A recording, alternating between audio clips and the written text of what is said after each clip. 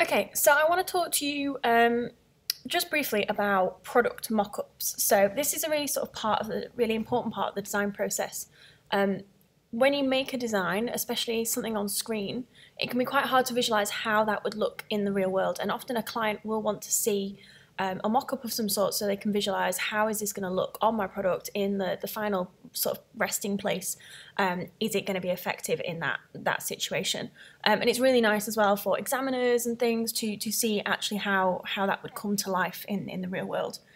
Obviously, sometimes you can't make a real product. Obviously it's always more valuable if you're going to make a t-shirt design, get it printed on a t-shirt, get a model to wear it, have a look at how it physically looks in real life. But sometimes that's not always possible, and a quick way to do that is just digital product mock-ups. Obviously you need a design to work with first. You can see here I've got sort of a hand-drawn design here, so I've got sort of a fine liner drawing. If you've watched my video on editing handmade designs in Photoshop, this will all look fairly familiar. If you haven't, have a look at that on my YouTube channel, and it'll sort of explain this process. So changing the image up, trying different backgrounds, trying different combinations, and then I've got one here that's got sort of like a funky background in, and that's the kind of design I was happy with and wanted to take further. In terms of packaging and products, you need to think about where is it going to go. So for example here I've got a t-shirt mock-up. Now I've just taken this off the internet, so I've just googled mock-up,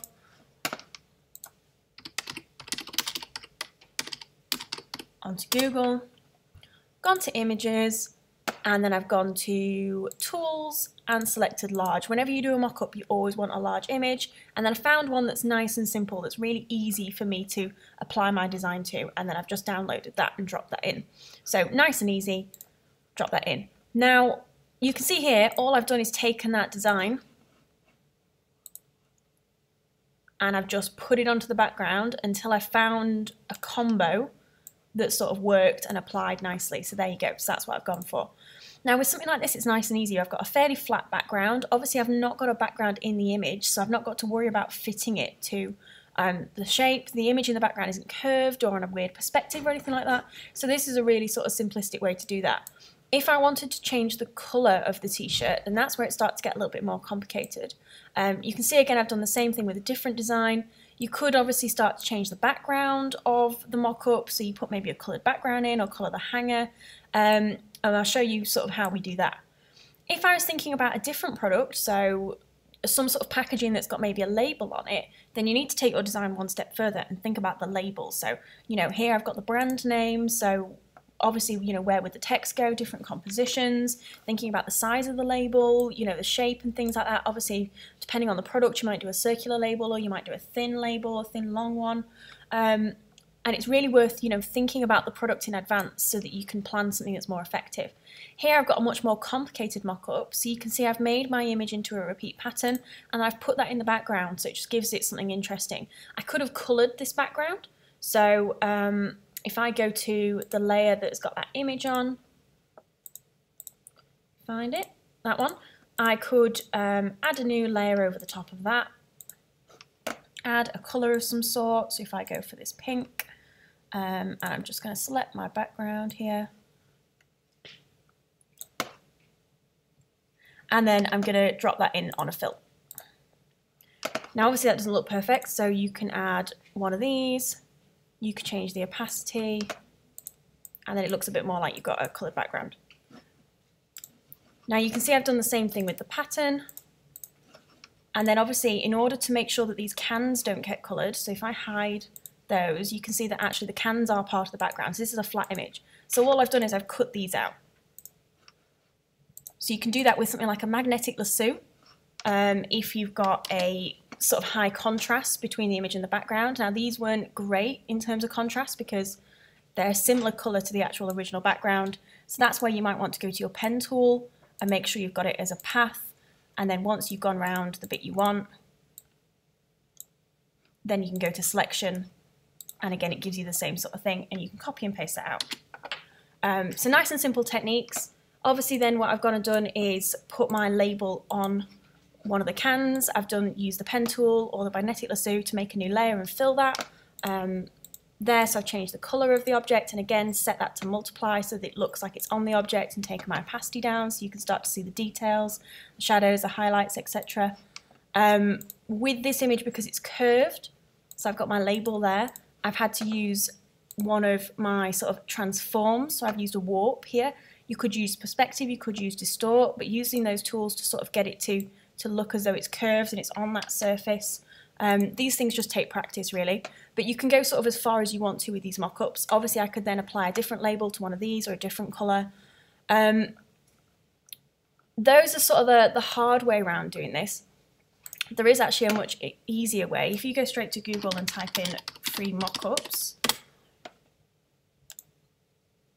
then you can see this sort of mock-up website. So designers spend a lot of time putting these assets together. So if I searched can in there, then you can see we get loads of ones. So I'm going to go for this one, and I'm going to download it. And then what you'll find is these are sort of Photoshop documents that are already set up, ready to go. And they're quite complicated Photoshop documents. So it layers everything. It gives you all of those things in different areas and different places, sort of ready to go. Now, you do have to be careful with these things, whether they are actually free or not. But if you do enough searching, you can find sort of good high quality ones. So you'll see it downloads this zip here. So I'm going to open this zip. And then when I go to my downloads, it should give me a Photoshop file. So you can see I've got a Photoshop file here.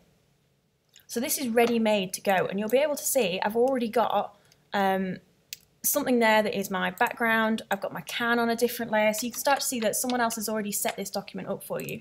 So you should be able to see the background.